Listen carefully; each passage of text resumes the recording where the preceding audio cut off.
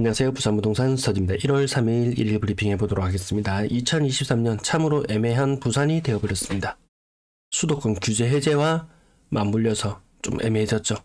가격이 많이 떨어진 것이 가장 호재더라. 가격이 높은 상태에 있는 것은 현재 시장 분위기에서는 악재더라. 그런데 부산은 가장 덜 떨어진 곳 중에 한 곳입니다. 사직상 용례가 중개거래였습니다. 마이너스 44% 폭락했어요. LG메트로시티 53평형 6.6억 마이너스 37%, 부산 더샵 센텀폴에 마이너스 36, 롯데 3차 마이너스 39. 이 많이 떨어진 것처럼 느껴지죠. 아직까지 이것이 전체 거래에서 차지하는 비중이 그렇게 크진 않습니다. 부산 지역은. 그래서 좀 애매합니다. 부산 분들은 알고 계신가요? 부산은 남해야 동해야, 부산 바다는 동해야 남해야, 항상 이런 의문이 있었는데 이 경계가 되는 거. 국립해양조사원에서 이야기할 때는 해운대 달맞이 언덕이 해월정, 이곳이 동해와 남해를 가르는 분기점이라고 하고, 또 다른 곳에서는 또 다른 곳을 기준으로 해갖고 기준으로 삼는다고 해서 이게 동해인지 남해인지 2018년도거든요. 2013년도에도 어디라고 이야기했지만 기준이 다르기 때문에 2018년도에 나온 뉴스도 또 찾아봐도 애매하다. 부산 시장, 부동산 시장 마냥 애매하다. 애매한 시장 모습입니다.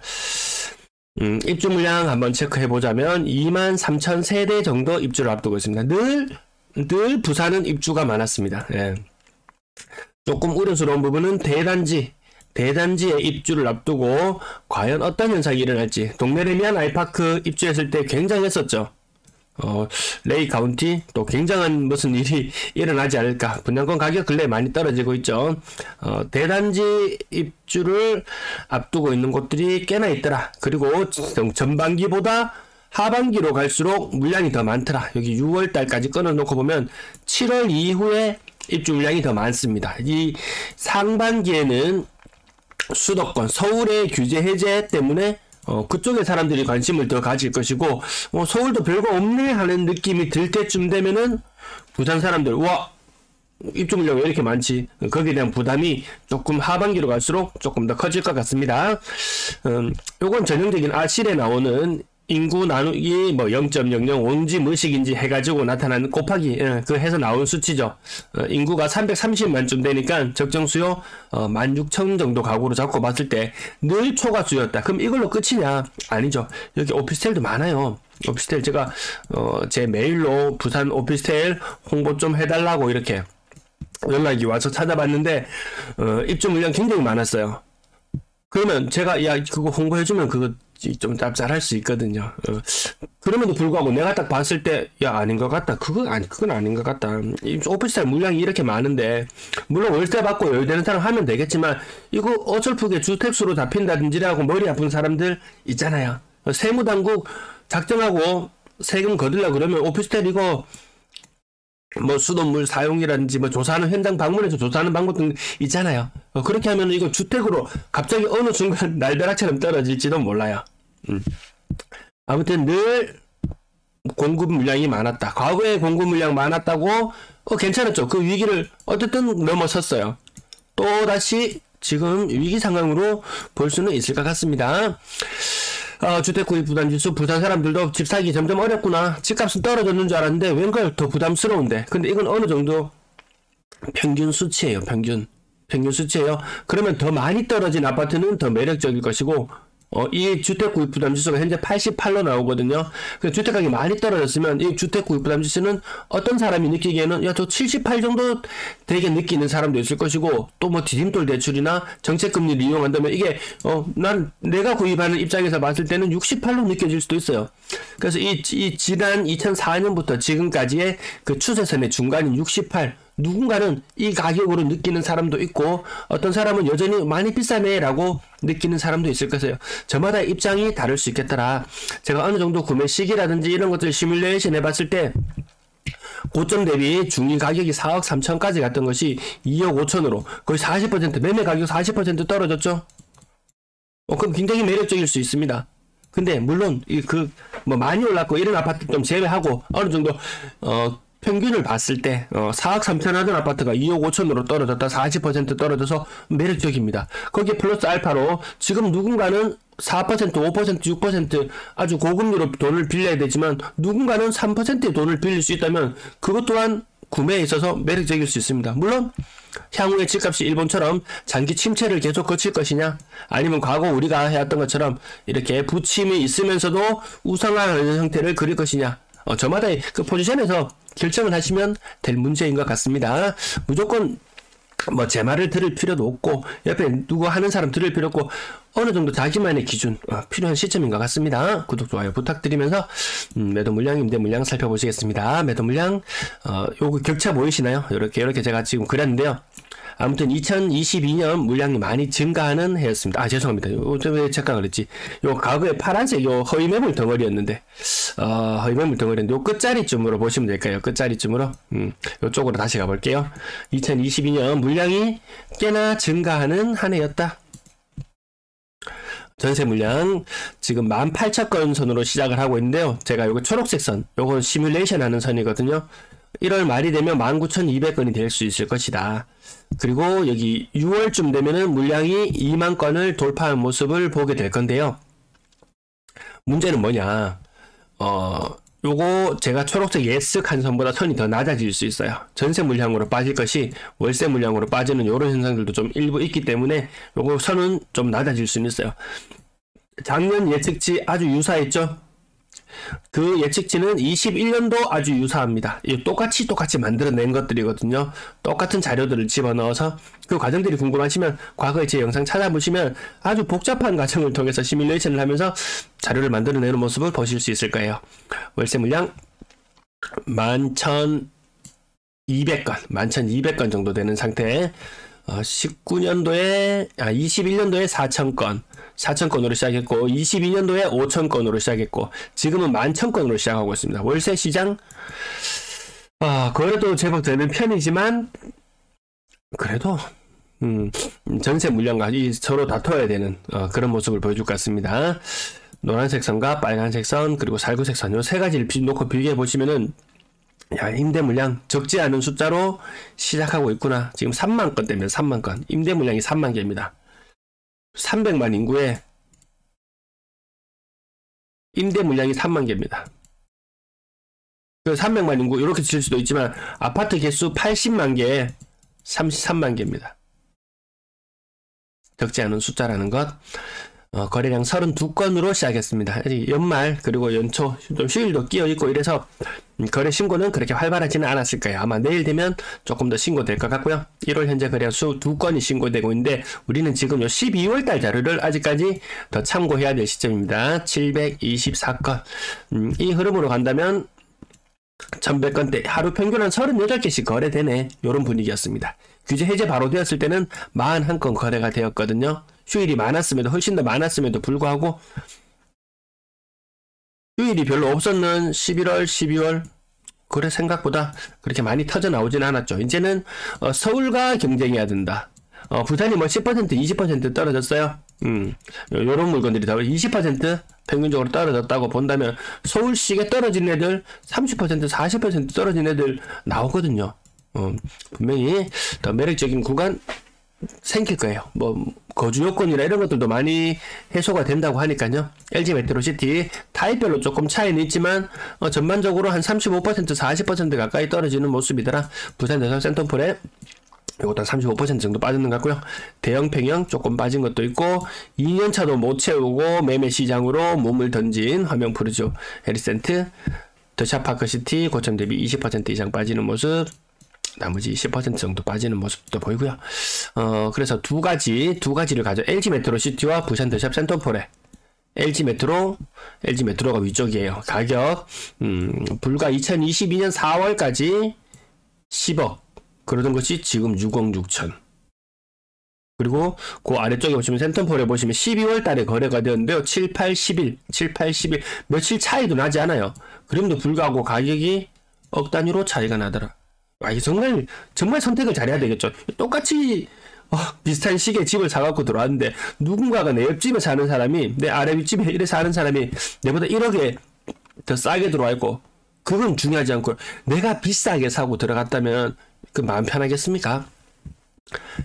명지 국제도시, 명지가 뭐 워낙 고점을 너무 찍어버려서 반토막 난 것처럼 보이지만 그냥 이 동네 시세가 이렇더라. 뭐 근래 가격이, 매매 가격이 계속 저렇게 형성되었습니다. 사직 독자용예가 요게 조금 충격적이었습니다. 저는 이거 거래 금액을 보고 직거래겠거니 하고 찾아봤는데 웬걸 40% 이상 빠졌는데 이거 중개거래였어요. 중개거래. 그럼 더 문제가 뭐냐? 제 전세 특집 보셨죠? 제 열독자라면 아마 보셨을 거예요. 이 전세 금액, 매매 금액이 웬만한 아파트들 진짜 6억 7억 했는 그런 아파트들도 이 역전세가 나타날 수 있다. 역전세 웬만한 곳에서 다 나타납니다. 역전세 비율은 전국 서울이 18% 정도라고 하는데요. 대구도 그 정도 숫자, 아마 부산도 그 정도 비율로 역전세 비율은 나타날 건데 이 금액을 감당하기가 힘들 것 같아요. 그런 계층이 많아지고 있습니다. 갱신거래에 있어서도 사람들이 갱신 청구권도 잘 안 써요. 갱신 청구권도 안 써요. 롯데 3차 마찬가지로 40% 정도 떨어지는 모습, 나머지 20%, 30% 많이 안 빠지네. 그러면 더 많이 빠진 서울이나 경기, 인천, 괜찮은 많이 빠지는 거 있더라고요. 코로나 부산 초읍 가격 고점 대비 30% 이상 빠지고요. 나머지 명지 계속 많이 빠집니다. 가격대가 그냥 요 정도 66제곱미터 3억 초중반, 뭐 84제곱미터 4억대 계속 그 정도로 형성이 되는 것 같습니다. 가격 밑에 아랫부분 별로 안 올랐으니까 안 떨어지지 그런 거 아니더라고요. 다 같이 나타납니다. 다 같이 갑니다. 모두 다 한 배를 타고 있습니다. 부곡동 뉴그린 같은 경우에도 고점 대비 30% 이상 빠지죠. 안 올랐으니까 안 빠진다고 이거 비싸게 사라고 이야기하는 사람 있으면 그 말 안 들어도 괜찮을 것 같아요. 충분히 신축도 많고 가격은 빠질 여지가 많더라. 건당 거래대금 아직까지 이거 의미 있지 않습니다. 1월달 거 의미 있지 않아요. 아직까지 요 끝자락 12월의 끝자락 작년 말에 오르는 상태로 끝이 났더라. 거래량은 한 1100건 정도 수준 현재 부산 해빙기 아직까지 맞이하려면 멀었죠. 뭔가 좀 조정만 해서 아마 사람들이 또 이야기할 거예요. 과거에 조정 대상 지역 해지만 되기만 돼봐라. 또 옛날처럼 사람들 부산으로 다 몰려올 거라고 이야기했지만 그런 일은 없더라. 근데 몰라요. 서울의 규제가 해제되면 부산 사람이 KTX 타고 서울로 갈지 모르겠어요. 그러면 좀 안 좋죠. 부산 시장이 좀 애매하더라. 네, 3억 미만 비중 지금 50% 수준까지 내려와 있어요. 어디에 매력을 느낄까요, 정말? 한 3, 4억짜리, 3에서 5억짜리, 3에서 6억짜리, 요 구간이 확실히 두드러지는 모습, 요 거래량이 늘어나는 게 보이시죠? 6억 이상 거래량은 아직까지 별로 소식이 없고요. 비중은 높아지고 있는데 거래량이 살아나지 않습니다. 분양권 6건 거래량, 그나마 규제 해제되고 나서 거래량이 좀 살아나는 효과가 있었습니다. 갈색 선을 보시면은 규제 해제 효과. 근데 물량이 많이 소진된과 동시에 또 물량이 시장에 많이 풀리더라. 고점 대비 한 2장씩은 거의 날아가는데 부산도 올해는 이제 본격적으로 경쟁률 한 30대 1 정도 되었어도요. 이게 의미가 없어요. 평균 경쟁률 30대 1 되었는 아파트인데도 무피가 숱하 나옵니다.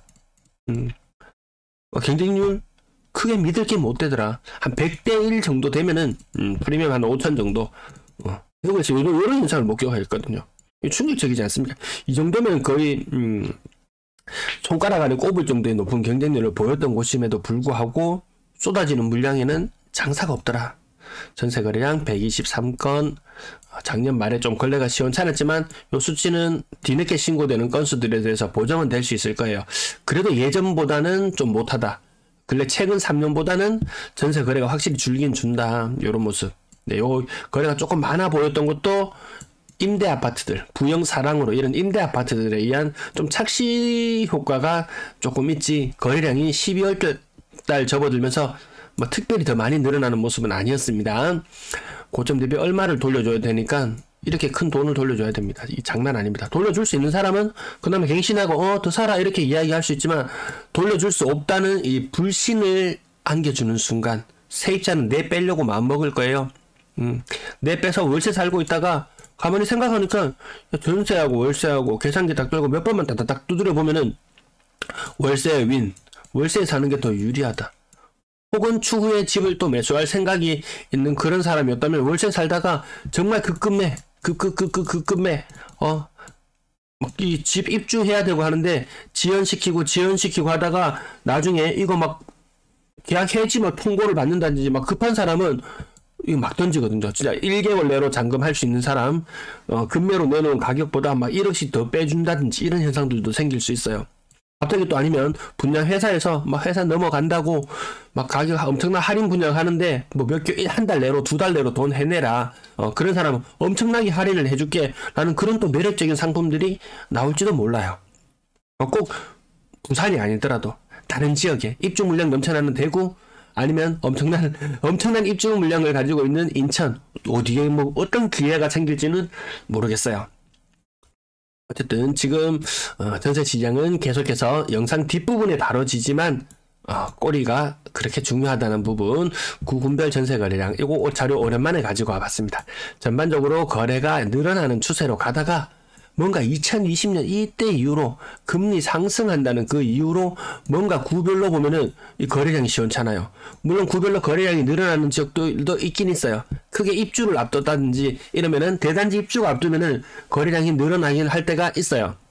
하지만 전체적으로는 거래량이 조금 줄어드는 그런 느낌이죠. 심한 곳은 전세대, 월세대 비율이 1대1인데 부산이 뭐든지 한 박자 늦어요.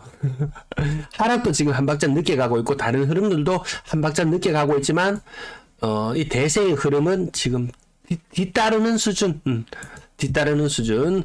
부산이 선도해 나가는 그런 시장의 모습은 아닌 것 같습니다. 평균 전세 가격 작년 말에 갑자기 급격하게 갈색선 보시면 하락하는 모습 보이시죠? 아직 1월달의 자료는 건수가 몇 건 없기 때문에 크게 관심을 둘 필요는 없겠고요. 아까 구별로도 살펴봤지만 거래량이 늘어나기만 하던 것이 이상하다 이런 느낌 드시죠? 부산이 전세 물량이 인구 대비로 가장 많습니다. 요거 지금 한 80% 언저리일 거예요. 아마 임대 아파트들 때문에 약간 왜곡되는 모습이 약간은 있겠더라. 네. 사학기 당비 여기도 약간 왜곡되는 부분들이 있습니다. 월세 거래량 여기도 보시면 이 임대 아파트 때문에 왜곡되는 부분들 조금씩 있을 수 있어요. 그냥 지금 전반적인 흐름만 크게 놓치지 않으셔도 될 것 같습니다. 월세 보증금 갑자기 월세가 인기라더니 월세 보증금 이렇게 많이 올랐어? 아니었죠. 보증금 한 1.8억에 월세 한 돈 10만원 내는 그런 월세 아파트들이 굉장히 많아지면서 이 수치가 조금씩 왜곡되긴 했지만 어쨌든 큰 흐름에 있어서는 작은 산을 하나 이루더라도 그것이 방향을 틀어놓는다든지 이러기에는 역부족으로 보입니다. 네, 시청 감사합니다. 네, 한 해 동안 하시는 일 모두 잘 되시기를 기원합니다. 감사합니다.